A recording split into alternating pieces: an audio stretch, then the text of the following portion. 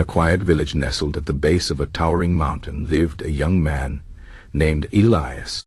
Known for his sharp intellect and restless soul, Elias had a daily ritual. Each morning he would climb to the mountain's peak and sit upon a flat rock, staring into the vast sky. His thoughts often wandered to the choices he'd made in life, why he followed one road over another, and whether those decisions were ever truly his own. One morning, as Elias sat lost in thought, an old traveler appeared beside him. The man had a long white beard and eyes filled with the weight of many lifetimes. "You seem burdened, young one," the traveler said. Elias exhaled slowly. "I can't stop thinking about free will. Do we really choose our actions, or are we merely pushed by forces beyond our control, like leaves tossed by the wind?" The traveler smiled. "Ah, free will. A question as old as thought itself. Many have pondered it, and many have given different answers. But perhaps it's not a question of yes or no.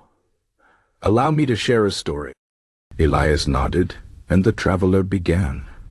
Long ago, in a distant kingdom, there ruled a king who believed everything in life was preordained: birth, death, joy, and suffering. To prove his belief, he commanded his wisest scholars to write down the entire future of his kingdom in a great scroll.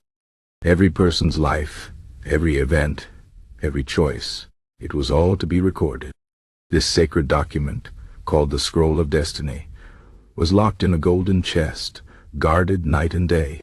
One night, a young thief named Rian sneaked into the palace. He had heard legends of the scroll, and believed that, if he could read it, he could outsmart fate itself. With stealth and skill, he evaded the guards, broke into the chest, and unfurled the scroll, only to find it completely blank. Stunned, he flipped it over and held it to the light, but there was not a single word written. At that moment the guards caught him and dragged him before the furious king. "You dare steal the most sacred object in the realm?" the king thundered. Trembling, Rian held out the blank scroll. "But your majesty, there's nothing written here. The future is unwritten." The king took the scroll and studied it. Then, to everyone's astonishment, he laughed. "All these years I believed the future was fixed. But now I see it is unwritten because it is we who write it." From that day forward, the king ruled differently.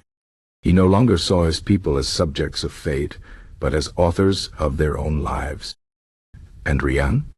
He was given a choice: continue as a thief and face punishment, or change and serve the kingdom. He chose a new path, and never looked back. The traveler fell silent and looked at Elias. "Do you see? The real question isn't whether we have free will, but how we use it.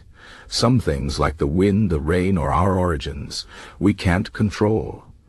But our choices, our actions, our responses, those are ours."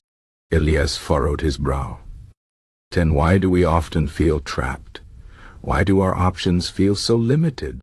The old man nodded. "Because freedom isn't about having no chains. It's about seeing them, and choosing how to respond. A bird in a cage can't escape the bars, but it can choose whether to sing or fall silent. A prisoner may not control his cell, but he can control his thoughts, his integrity, his hope."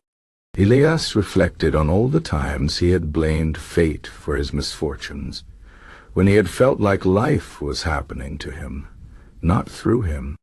But something shifted within him.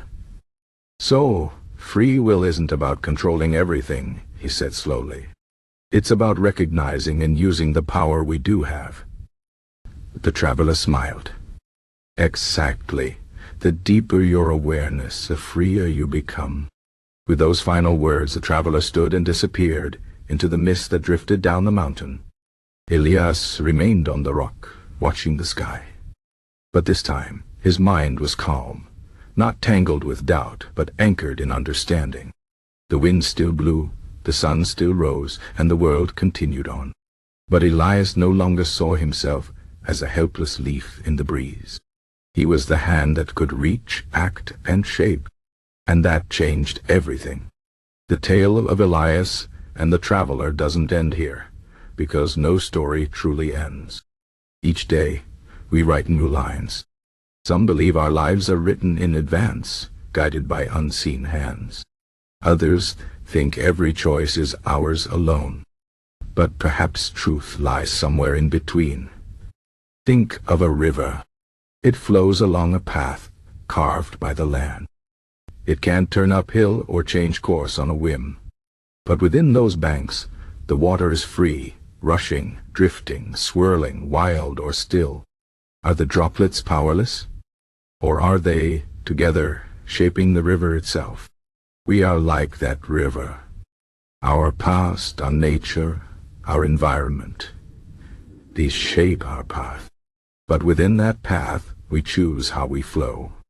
A man born into poverty may not choose his start, but he can choose how he responds.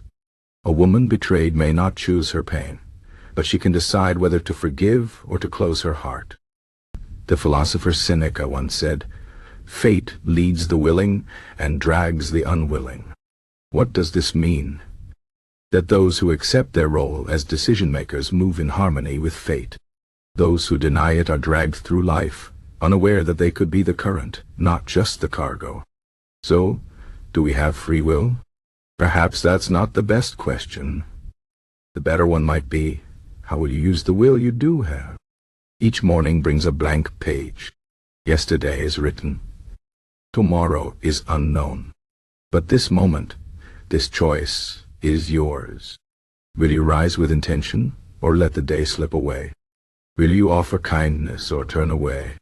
Will you build or destroy? Hope or despair? These decisions may seem small, but together they shape your life story.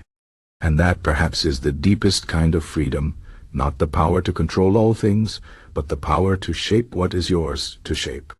The rest is up to you.